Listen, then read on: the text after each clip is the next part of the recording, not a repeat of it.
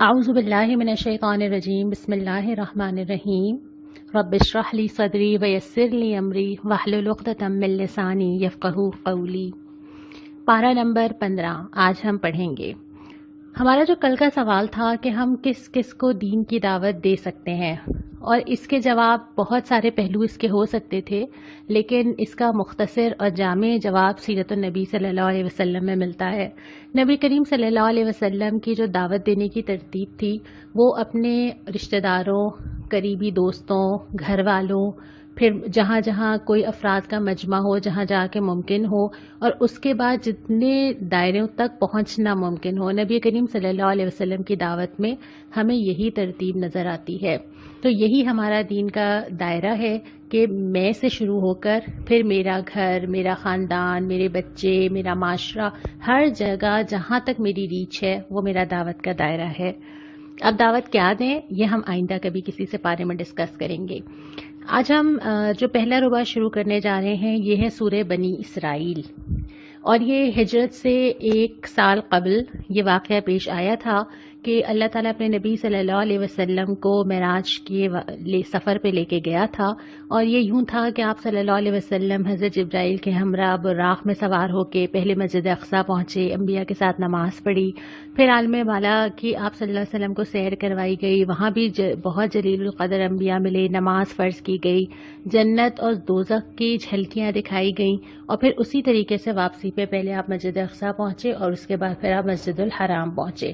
اس واقعے کا ذکر اللہ تعالیٰ نے یہاں پہ کیا ہے کہ نبی صلی اللہ علیہ وسلم کو یہ چیزیں دکھائی گئیں تاکہ ان کے لیے نشانی ہو، ان کا ایمان مضبوط ہو، اور اللہ تعالیٰ اپنے نبیوں کو اس طرح کی نشانیاں دکھایا کرتا ہے۔ اس کے بعد پھر روئے سخن مرتا ہے، پہلے تو بنی اسرائیل سے مختصر سا خطاب کیا جاتا ہے، یاد دلائی جاتی ہیں کچھ باتیں، اور پھر کچھ بنیادی اصول بتائے جاتے ہیں۔ میں نے آپ کے سامنے ذکر کیا تھا کہ یہ جس وقت نازل ہوئی یہ وہ زمانہ تھا جب کہ نبی کریم صلی اللہ علیہ وسلم ہجرت کرنے والے تھے، یعنی آپ کو ابھی شاید خود بھی معلوم نہیں تھا، لیکن اس صورت کے نازل ہونے کے 1 سال بعد جو ہے وہ ہجرت ہوئی تھی۔ اب چونکہ ایک قوت کی طرف سفر ہونے والا تھا، ایک اسلامی ریاست بننے والی تھی، ایک اقتدار آنے والا تھا، تو یہاں پہ اللہ تعالیٰ نے کچھ بیسک چارٹر بتایا ہے کہ وہ بنیادی چیزیں جن پہ ایک اسلامی نظام یا اسلامی معاشرہ بنتا ہے یا اسلامی حکومت کے اندر جو بیسک چیزیں اللہ تعالیٰ چاہتے ہیں، جہاں سے بنیاد شروع ہوتی ہے، اس کا ذکر یہاں پہ آتا ہے۔ پہلے تو یہ فرمایا کہ قرآن وہ سیدھی راہ دکھاتا ہے جو کہ کوئی ٹیڑھ والی نہیں ہے، اس میں کوئی کمپلیکیشنز نہیں ہے، اس میں کوئی فتنہ نہیں ہے، اس میں کوئی سمجھنا مشکل نہیں ہے، بالکل صاف اور سیدھی راہ۔ ابھی ہم اتنے دن سے جو مختلف سپارے پڑھ رہے ہیں اور ہم نے اس بات کو ایکسپیرینس کیا ہے کہ قرآن کی آیتیں کس طرح دل میں اترتی ہیں اور کتنی آسانی کے ساتھ سمجھ آ جاتی ہیں۔ تو بالکل صاف راستہ، بعد میں لوگوں نے اس کو اپنے لیے مشکل بنا لیا۔ بعد میں ہم جس معاشرے میں ہیں وہ اتنا مکس ہو چکا ہے، اس میں روایات، اس میں کلچر، اس میں ذہنی انتشار، اس میں طرح طرح کے نظریے، اتنی مکس پلیٹ ہو چکی ہے، اب ہمیں دین کی طرف جانا مشکل لگتا ہے، ورنہ دین بہت سمپل، بہت آسان تھا۔ اور اس کے بعد فرمایا کہ انسان شر کو ایسے مانگتا ہے جیسے خیر مانگنا چاہیے۔ اور یہ انسان پہلے تو یہ دہرایا تھا کہ وہ لوگ کہتے ہیں کہ عذاب کیوں نہیں آ جاتا، اور اگر عذاب اتنا آسان ہے تو پھر ہمیں مہلت کیوں دی جا رہی ہے۔ ایک تو یہ اس کا جواب دیا گیا ہے کہ تمہیں اندازہ ہے کہ جو چیز تم مانگ رہے ہو وہ ایکچولی ہے کیا، لیکن اس کے ساتھ ساتھ اس میں یہ بھی سمجھ آتا ہے کہ بعض دفعہ انسان جانتا نہیں ہے کہ وہ جو مانگ رہا ہے وہ اس کے لیے صحیح نہیں ہے۔ کبھی کبھی وہ چیز کو اپنے لیے بہتر سمجھتا ہے اور کئی سال بعد وہ سوچتا ہے کہ اچھا ہی ہوا، اس وقت میرے لیے شاید یہی بہتر تھا۔ تو جو انسان مانگ رہا ہے اللہ بہتر جانتا ہے کہ اس کے لیے خیر کیا ہے اور اس کے لیے شر کیا ہے۔ اس کے بعد فرمایا کہ کوئی بوجھ اٹھانے والا کسی دوسرے کا بوجھ نہیں اٹھائے گا۔ جو اعمال ہم نے خود کیے ہوں گے، اس کا یہ مطلب قطعاً نہیں ہے کہ ہم جو اپنے پیچھے صدقہ جاریہ یا عذاب جاریہ یا کوئی رواج شروع کر دیتے ہیں، اس کا یہ مطلب نہیں ہے، بلکہ اس کا مطلب یہ ہے کہ آپ کسی اور کو اپنی غلطی پہ بلیم نہیں کر سکتے، یعنی اپنے گناہ کو آپ کسی اور کے سر نہیں ڈال سکتے۔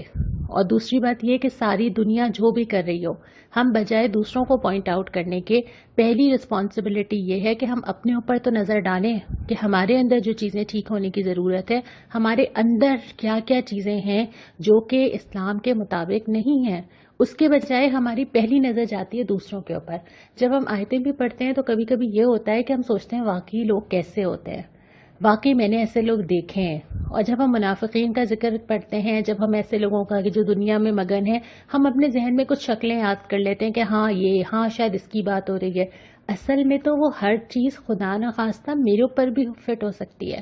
تو پہلی نظر جو تنقیدی جانی چاہیے وہ اپنے اوپر جانی چاہیے. اس کے ساتھ ساتھ یہ بھی تھا کہ ہر انسان کا شگون اس کے گلے میں لٹکا ہوا ہے. جیسے ہم قیدیوں کی پکچرز دیکھتے ہیں نا، جن کے گلے میں ان کے نام کا تختہ لگا ہوا ہوتا ہے، ایسے جو ہے وہ سمبلائز کیا اللہ تعالیٰ نے کہ ہر انسان کے گلے میں لگا ہوا ہے کہ وہ کیا کر رہا ہے اور وہ آگے کیا پانے والا ہے. چاہے وہ دنیا کے اندر ہو، چاہے وہ آخرت کے اندر. جو وہ آج بو رہا ہے نا، وہ خود ہی اس نے کاٹنا ہے. تو اپنا خود ہی وہ اپنی زندگی اور اپنی آخرت اپنے ہاتھوں سے لکھ رہا ہے. پھر اس کے بعد یہ فرمایا کہ آخرت اور اس کے لیے جیسی کوشش کرنی چاہیے، کیا واقعتاً ویسی کی جا رہی ہے؟ ہم دنیا کے لیے کتنی کوشش کرتے ہیں اور ہم آخرت کے لیے کتنی کوشش کرتے ہیں؟ دنیا ایک ایسی چیز ہے جو ہمیں یہ بھی نہیں معلوم کہ اس نے کب ختم ہو جانا ہے نا. ہمارے پاس اس کا کوئی لمٹ نہیں پتا ہمیں کہ ہمارے پاس 1 گھنٹہ ہے یا 1 سال ہے یا 10 سال ہے. لیکن اس لمیٹڈ ٹائم کے لیے بھی ہمیں کتنا کچھ کرنا پڑتا ہے. دنیا میں آپ جو ایک ڈگری حاصل کرتے ہیں، گریجویٹ کرتے ہیں، ماسٹرز کرتے ہیں، تو اس کے لیے اپنی زندگی کے اگر آپ نرسری کلاس سے کاؤنٹ کریں تو آپ شاید اپنی زندگی کے 20 سال یا 22 سال لگا دیتے ہیں. لیکن قرآن کا ایک دفعہ پورا ترجمہ کتنے سال لگے ہمیں پڑھنے میں. اور اگر ہم سیرت کی بات کریں اور اگر ہم حدیث کی صرف صحیح بخاری کی بات کر لیں تو ہم نے اپنی زندگی میں کیا اس کو کمپلیٹ کر لیا ہے؟ کر لیا ہے تو بہت اچھی بات ہے، لیکن نہیں کیا ہے تو ہمیں اس کو دیکھنا چاہیے کہ ہمارے دنیا اور آخرت میں ٹائم، وقت، پیسہ لگانے کا تناسب کیا ہے. اس کے بعد ایک بہت اہم چیپٹر آتا ہے اور یہ تقریباً آیت نمبر 22 سے لے کے آیت نمبر 38 تک آتا ہے. اسلامی نظام زندگی کے بنیادی اصول. جو یہ عمارت کھڑی ہوتی ہے نا، جو ہم نے پچھلے سے بارے میں پڑھا تھا کلمہ طیبہ کی بنیاد پر، جس سے لوگوں کو فائدہ ہی فائدہ ہوتا ہے، اس میں یہ بیسکس ہیں. اس میں پہلی چیز کیا ہے؟ اللہ کے سوا کسی کی عبادت نہ کرو. والدین کے بارے میں، والدین سے حسن سلوک کرو، اف تک نہ کہو، جھڑک کے بات نہ کرو، نرمی سے بات کرو اور ان کے لیے دعا کرو کہ اللہ تو ان پر رحم کر جیسے انہوں نے مجھ پہ رحم کیا تھا. پھر ذکر آتا ہے رشتہ داروں کو، مسکینوں کو، مسافروں کو ان کا حق دو. پھر آتا ہے کہ فضول خرچی نہ کرو، اور اگر تم کسی کی مدد نہ کر سکو تو نرمی کے ساتھ جواب دو. اس کے بعد اولاد کو افلاس کے ڈر سے قتل نہ کرو. ہم نے پہلے بات بھی کی تھی نا کہ اپنی اولاد کو خود لمٹ کر دینا یا کوئی بھی ایسا طریقہ اختیار کرنا کہ جس سے اولاد کی تعداد کو کم کیا جا سکے، صرف اس وجہ سے کہ ہم افورڈ نہیں کر سکتے. اللہ تعالیٰ کو یہ ریزن اللہ تعالیٰ کے ہاں قابل قبول نہیں ہے، کیونکہ رازق تم نہیں ہو، رازق اللہ تعالیٰ ہے. اس کے بعد ہے کہ زنا کے قریب بھی نہ جاؤ. قریب جانے کا مطلب یہ ہے کہ وہ ساری چیزیں جو اس کی طرف لے کے جا رہی ہوں، اور حدیثوں میں ہمیں اس کی ڈیٹیل ملتی ہے. قتل نفس نہ کرو لیکن حق کے ساتھ، یعنی کسی کو قتل تو نہیں کیا جائے گا لیکن جو حق کے ساتھ قتل ہے اس میں جیسے قصاص ہے یا جنگ کے موقع پہ کسی کو قتل کیا جائے یا کوئی ایسی سزا ہے، رجم کی سزا ہے، تو اس کے علاوہ پھر قتل کی کوئی اجازت نہیں ہے. یتیم کے مال کی حفاظت کرنا. جو مال کسی سرپرست کے پاس موجود ہے تو وہ اس مال میں سے صرف بقدر ضرورت، اگر وہ ضرورت مند ہے تو لے سکتا ہے، ورنہ نہیں. عہد کی پابندی کرو. اس عہد میں اللہ سے عہد بھی آ جاتا ہے اور اس عہد میں لوگوں کے ساتھ عہد بھی آ جاتا ہے. پھر اس کے بعد ہے ٹھیک ٹھیک تولو. ترازو کو ٹھیک ٹھیک تولو. جس چیز کا علم نہ ہو اس کے پیچھے نہ پڑو. یہ تو ایک ایسی آیت ہے کہ اگر یہ سمجھ آ جائے نا، ہماری معاشرتی زندگی کے آدھے پرابلمز ہی حل ہو جائیں. جو چیز تمہیں نہیں معلوم اس کی ٹو لینا، اس کا پتہ کرنا، اس کو جا کے دیکھنا، اس میں وہ ساری چیزیں شامل ہیں. چاہے آپ وہ سوشل میڈیا پہ جا کے سٹاک کر رہے ہوں، چاہے آپ وہ لوگوں سے جا کے معلومات لے رہے ہوں، یہ تمام چیزیں شامل ہیں. جس چیز سے آپ کا کوئی کنسرن نہیں ہے اس چیز کے پیچھے پڑ کے اس کو معلوم کرنا، اس کے بارے میں بات کرنا، یہ صورت اس کی کوئی اجازت نہیں ملتی، جس سے بہت سارے مزید پرابلم شروع ہوتے ہیں. اس کے بعد یہ کہ زمین پہ اکڑ کے نہ چلو، کیونکہ تمہاری طاقت تو ہے نہیں. کیا کر سکتے ہو زمین کے اندر؟ ابھی ہم نے جو کل ساری چیزیں پڑھی تھیں سورہ رعد میں بھی اور اس سے پہلے، کہ تمہارے ہاتھ میں ہے کیا؟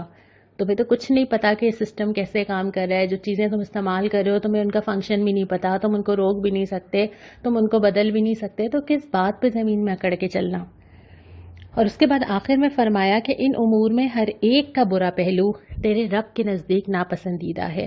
یہ جتنی چیزیں یہاں پہ گنوائی ہیں، اگر آپ اس کو اوور آل دیکھیں، اس میں عبادات بہت کم ہے. عقیدے سے بات شروع ہوتی ہے اور اس کے بعد عام طور پہ تو بہت سی جگہوں پہ ہمیں نماز، روزہ، حج، زکوٰۃ نظر آیا تھا.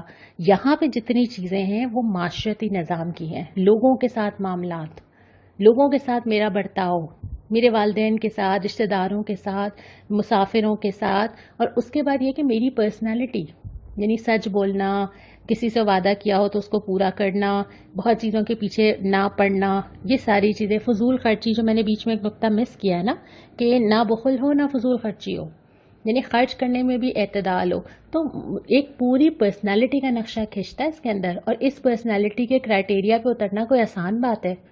یہ ہم سب کے لیے کتنا مشکل ہے کہ اگر ہم اس میں سے ایک ایک چیز کو لیتے چلے جائیں اور اپنے آپ کو نمبر دیتے چلے جائیں. کیوں نہ میں آج یہ کام آپ کو دے دوں. ویسے یہ آج کا سوال تو نہیں ہے، لیکن یہ جتنی چیزیں میں نے مینشن کی ہیں، ان تمام چیزوں میں اپنے آپ کو نمبر دیجئے، 10 میں سے نمبر دیجئے، اور پھر اپنے سکور دیکھیے کہ آپ کا سکور کیا بنتا ہے. تو اتنی بہت ساری چیزیں ہیں جو ابھی مجھے غور کرنی ہے کہ میں اس میں کہاں پر کھڑی ہوئی ہوں. اس کے بعد پھر ہم آگے آ جاتے ہیں اپنے اگلے ربع کی طرف. دوسرا ربع جو ہے، اس میں بھی وہی مختصر سبق ہیں جو ہم تھوڑا سا جلدی کرتے ہیں کیونکہ آگے انشاءاللہ ہم نے سورہ کہف شروع کرنی ہے. کہ کوئی چیز ایسی نہیں ہے جو اللہ کی حمد نہ کری ہو.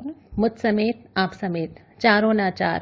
اور حمد بیان کرنے کا ایک مطلب ہی یہ ہے کہ ہر چیز اللہ کی اطاعت کر رہی ہے، جیسے اللہ نے اس کو کہا ہے وہ ویسے ہی پرفارم کر رہی ہے، ویسے ہی سسٹم کے تحت چل رہی ہے. تو اللہ تعالیٰ کی حمد ہر چیز کو دیکھ کے نظر آتی ہے، اور اسی لیے اللہ تعالیٰ کو وہ کلمات بھی بہت پسند ہیں جو اللہ کی تعریف میں کیے جائیں. سبحان اللہ و بحمدہ، سبحان اللہ العظیم. پھر فرمایا کہ کون ہے جو زندگی کی طرف پلٹائے گا، ذرا آپ ان سے پوچھ تو لیجئے. یہ کہیں گے اللہ. پھر فرمایا کہ زبان سے وہ بات نکالو جو بہترین ہو. اور یہ ایک زبان ہی تو ہے جس سے کنٹرول کرنا ایک بہت بڑا مسئلہ ہے. یہ ایک زبان ہی تو ہے جس سے بہت ساری چیزیں کہاں کہاں تک مسائل اور فتنے اور دلوں کا خراب کرنا، خاندانوں کا خراب کرنا اور معاشرے کا خراب کرنا. تو یہ جو ایک چیز ہے جس کے بارے میں فرمایا گیا کہ اگر تم مجھے اس کی ضمانت دے دو تو میں تمہیں جنت کی ضمانت دیتا ہوں، وہ زبان ہے.